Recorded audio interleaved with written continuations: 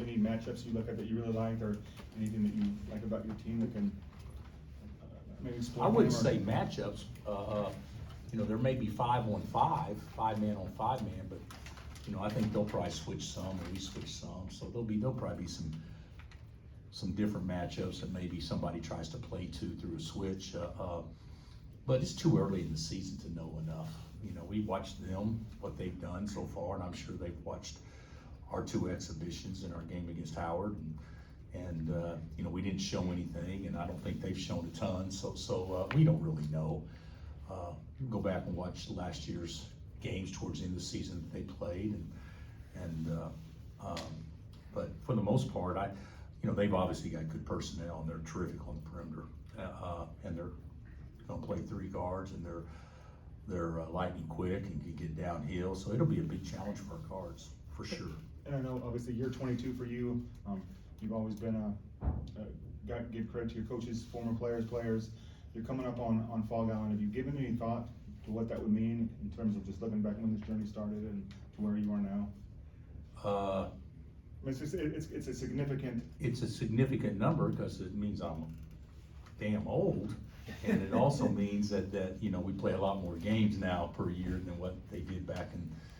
If Fogg played 30 games a year back when he was coaching for 39 years, that record, that's 1,200 games. That record wouldn't ever be touched.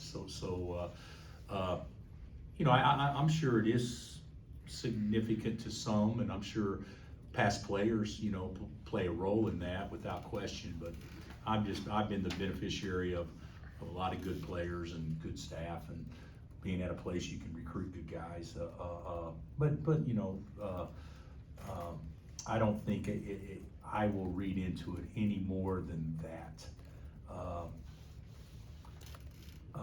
I hold him in such high regard that I don't think that he deserves to be thought of as always the most innovative and the best coach ever coached here. So nothing that will happen from this point forward will convince me otherwise.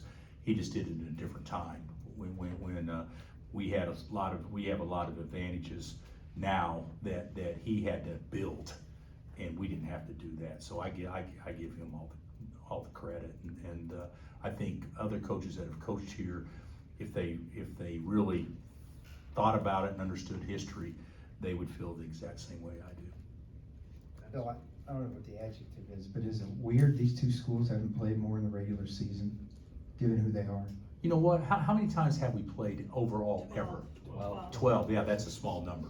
Kentucky and Kansas went years and didn't play regular season, but I think we've ended up. I think that number's probably at 35 now, something like that. So 12 is a ridiculously small number, considering of the 12, I know of at least 4 and probably 6 or 8 that came in the NCAA tournament.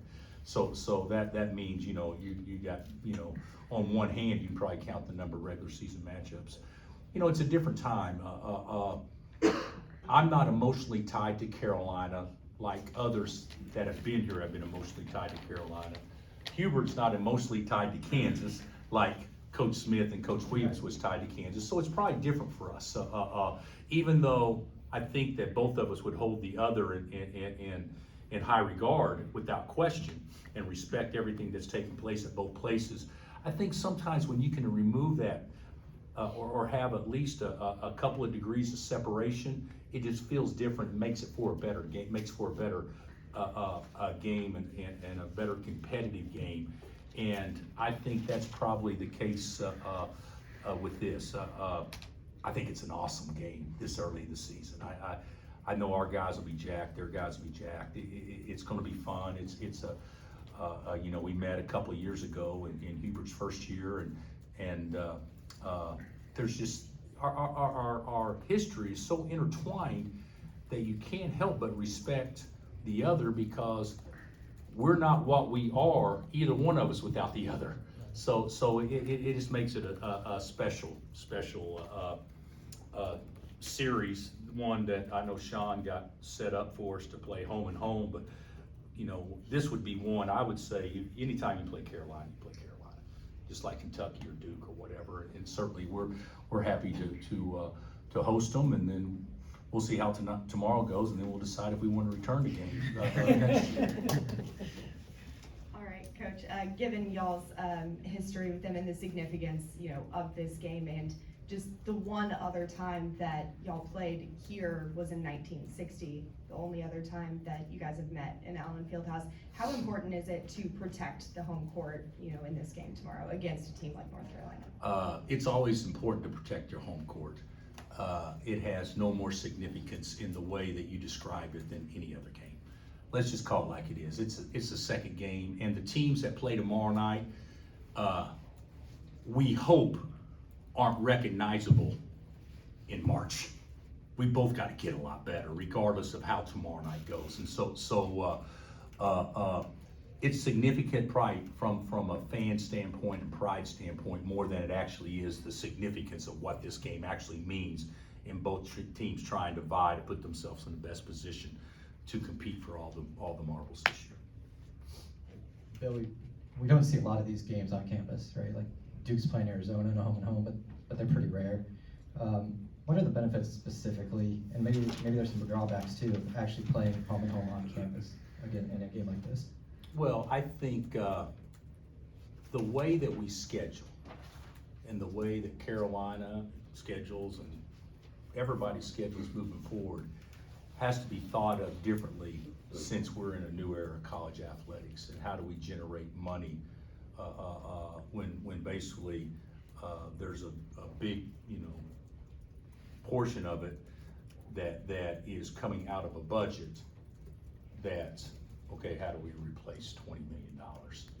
Every school in America is going to look at it. So I would say you play games that generate gate, whether that be a neutral site game, whether that be a home and home game. But from my perspective, you need to play, and from Sean's perspective, I believe you need to play enough quality to make sure your season ticket buyers get the bang for the buck. And we try to do that every year.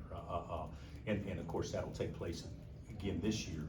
Then after that, how do we generate as much money for our institution and our athletic department that we possibly can? So there'll be some different strategies moving forward with scheduling, i.e.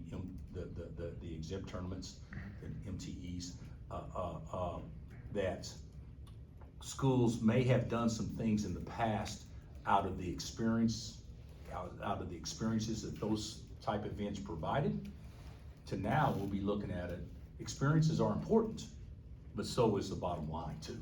And we'll, schools have to do more things towards that. So I think the home and homes are good. I don't think you can play 3 home and home, 6 games against home and home people a year. I don't even know if you can play 4 moving forward.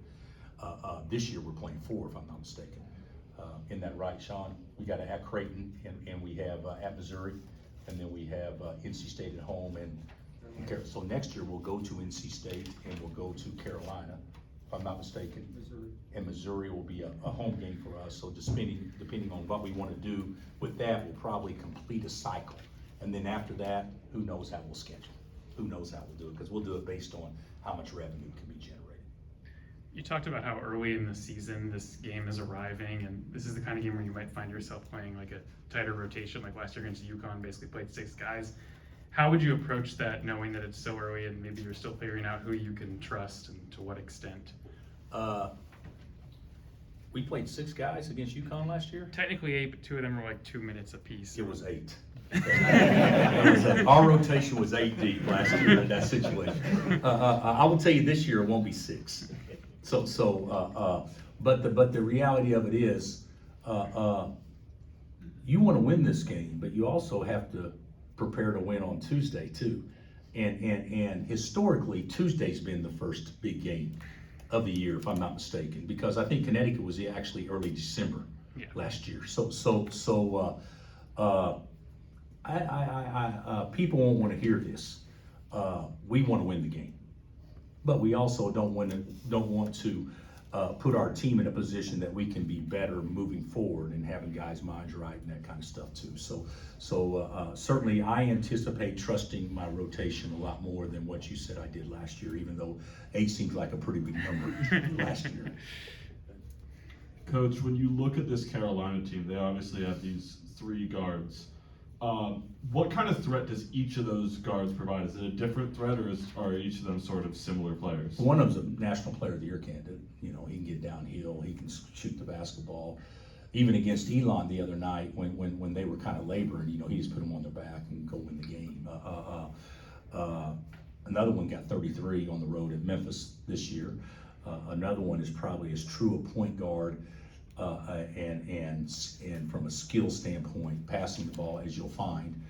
And then maybe maybe down the road, the 2 best prospects come off the bench. You don't know that, but that's you know, so that's a loaded backcourt without question. And the thing I would say that impresses me about them as much as anything, just in general, from the guard standpoint, is when they play downhill. They don't play side to side. They put pressure on you, and all 3 of them do it equally well in that respect. Sure. You saw R.J. Davis, their star guard, in the national title game in 2022. How much has he evolved as a player since then?